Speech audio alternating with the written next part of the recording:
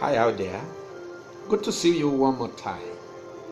My name is James Komolafe, and what a pleasure welcoming you to this special classic coming to you from the hills of the School of Articulation and Behavioral Alignment Resources, also known as SABA Resources. The SABA Resources is your one-stop behavioral hub for the virile life, full expression in optimal productivity. And I have a special one for you tonight titled 10 Basic Features of Any Superimposition. Superimposition? Yes, of course. When a man is out of position, it is simply because there is an external influence making him to shift ground. And at this critical time in our nation and in places, many things are happening that could be responsible for superimposition. In case you didn't hear the beginning part of this study, please check on it on the internet, on the YouTube, so as to take a study on superimposition. This is the second series. 10 basic features stands out, whether superimposition as orchestrated by human activities, in places, in platforms, or even situations and circumstances that comes around your way. They operate basically the same way. When you are being superimposed, you know your original person is in the hiding. You begin to see some things happening to you which is not part and parcel of your original values. And before you know it, you say, no, this can't be me. Why did I do this? When did I do this? Just because you are out of personal construct.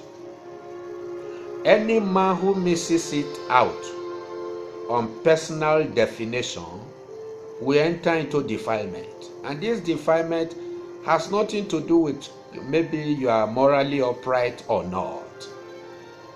As long as you are not on your critical lanes, where your values, your personal philosophies are not in charge, and something else takes you over because of your circumstances and situation, that is superimposition. And you know what? Superimposition can be the good, the bad, and the ugly. So how do I recognize whether I'm being superimposed upon or not? There are 10 characteristics. And number one, what you notice is strange introduction. The sense of a foreigner, quote and unquote, begins to dawn upon you, which attempt to shift you from your normal sense of thinking, reasoning, and imagining into another situation, into another status, completely different. You soon discover that you tilt from the inside and you are getting drifted into another thing entirely, which is different from what you plan in your inside. And most times, the individual in the saddle is the one who recognizes this. So, have you discovered a strange introduction to your thought, to your feelings, to your emotions, to your passion, even to your action? That is a symptom of superimposition. Then number two feature of superimposition is what I call subtle occupation. Any superimposition will not come to you announcing itself as superimposition. No, it comes in softly, very subtle. It could come in great force, but very silent, with subtlety, unnoticed, unannounced at first, until you begin to feel engaged and occupied within you. And you begin to see some values that are completely strange to your life. And the things you were used to doing before, you just begin to shift away from it. And when this thing begins to constantly reflect due to the repetitive tendency in you, know for sure that you are under superimposition. Because what it does at this time is to establish a daily routine, because it has come to stay. Then the third quality or features of any superimposition, whether in place or situation or through an individual, is emotional distortion. You begin to notice some certain personal emotional imbalance in your thoughts, in your feelings. Even your ideas and your emotions are becoming distorted and disturbed. You begin to feel a sense of incoherence in the physical, and people begin to say, "Uncle, what is happening? Auntie, what is happening?" People begin to notice that something is wrong and that you are likely to be under an influence. They will say, "No, this is not you." And you say, "My brother, I tire, oh, my sister, I tire, oh." That's superimposition at work. And then number 4, feature of superimposition anywhere is frequent violations. You begin to notice that even your own personal established protocols are beginning to give up and give away to superimposition. On a frequent note, it could even come first as a strange invasion, and before you know it, it begins to occupy a place in your mind and in your life. Have you been there where you personally own up and say, "No, this is not me"? Where you break the rules that you even set for yourself so easily and quietly. You know that there's something wrong, but you just cannot figure it. That is superimposition at work. Then number 5 qualities of every superimposition. It comes in with a competing information. Each attempt you make to be original in yourself is always challenged by another influence within you. As if you are double dealing. You discover a thin film of thoughts. That's how it behaves at first, challenging your very information. That's why you see some people, they will even dress to go out. You have everything, come back, sit down, and you see them not being able to take charge. They don't hold forth to their own decisions. They break their rules at will, just because there is a stronger impression that is not checked. So superimposition behaves like that. Competing information. You hear a voice say, "Do this." You are convicted over this. Before you know it's something else. You are being superimposed.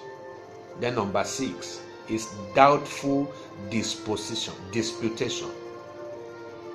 You are beginning to doubt yourself. You lose your self-confidence. Have you come to a place where you begin to doubt yourself, your strength, and you begin to speak negative languages? "Oh, I cannot do it. Oh, I wish. Oh, this. Oh, I wish I have this." Where you begin to major in what you don't have. Superimposition behaves like that. When you see a man beginning to emphasize so much on the negatives, he is being superimposed upon by something else. It could be a thought from a friend, it could be an advice, it could be a counsel. Something keeps depleting you on the inside, telling you you are wrong today, and the same thing will tell you tomorrow you are right. And you are in the law. You don't know what to do. Inconsistency results. That is a symptom of superimposition. And then number 7. The individual in the saddle of superimposition experiences what we call fearful contemplation. He's afraid. He is thinking he is afraid. The step he has not even taken is beginning to make him afraid. And this scenario usually happens at thinking and consideration level. When you see people who find it difficult to come up with a decision, because before they even think of that decision, they are looking at the cons. They are looking at what could go wrong, not what could go right. That's superimposition. It has the capacity to weaken your God, to rise up, to do something. You feel jittery from the inside, and you are afraid over certain consequences, even when the action is not performed. So that is a fearful individual, fearful in thought, fearful in the mind, fearful in the imagination. You will never see that kind of person rising up to take initiative. No, because he feels he cannot do it. He feels there will be error. He is error prone, error conscious all of the time, and fearful. Why? Superimposition is at work. And that is why fear, which is actually interpreted as false evidence appearing real, manifests within the individual who is going through superimposition. Overconfidence also works in that order, save that it comes in to over-amplify the belief system of that individual on an empty premise. I say, don't worry, everything shall be fine, even if you don't do anything. That is also superimposition. So in superimposition, we have the good, the bad, and the ugly. Then number 8, uneasy intimidation. This happens usually when at the point of rising up to fulfill an obligation, many hindrances and impediments suddenly show up to weaken your intention, why it may be successful and why it may not be successful. That individual caves in and declines over a great cause. He can start a project and stop it in the middle and say, no, I'm not convinced. No matter how big the project is, that is superimposition. He kills his own initiative and innovation. Intimidation kills intimate conviction and depletes important manifestation. It goes ahead to even destroy relationships and make its captors very irresponsible.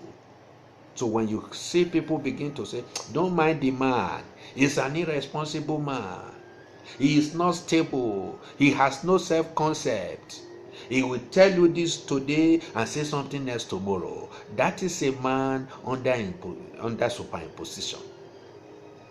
So it is better to learn to prevent superimposition than to wait to cure it through some sort of damage control later. You may not be able to curb it when it happens. The number 9 characteristic is lopsided domination. At times people know the weakness of some certain decisions they want to take, but they lack the power to say no. Why in a world, for example, that you will know that something is wrong, not okay, not appropriate, and yet you insist on doing it? You go ahead to do it, even when you know it's not okay. That's a lopsided domination. It is a sort of an enticement that makes an individual honor the ugly and the bad. He accepts the bad decision on a conscious note. And people will even come and say, don't you know that this thing will result like this? He will say, I know, but I just felt I should do it and see. So such victims will have even carried out the action without minding the repercussion of such action. This is superimposition expressly at work. And last but not the least is regrettable disposition. What does that entail? Certain people are found regretting their actions and their decisions after they have consummated the same. They begin to feel bad before or after the consequence of their action. And this is the end of every superimposition. It will make the person feel bad and feel sad. Oh, had I known, I would not have taken that decision. Oh, I wish I knew that it will end up like this. Now, superimposition will never tell you its beginning, its cause, and the end of it. You are the one who must play the wisdom through knowledge and know whether you are being superimposed upon or not.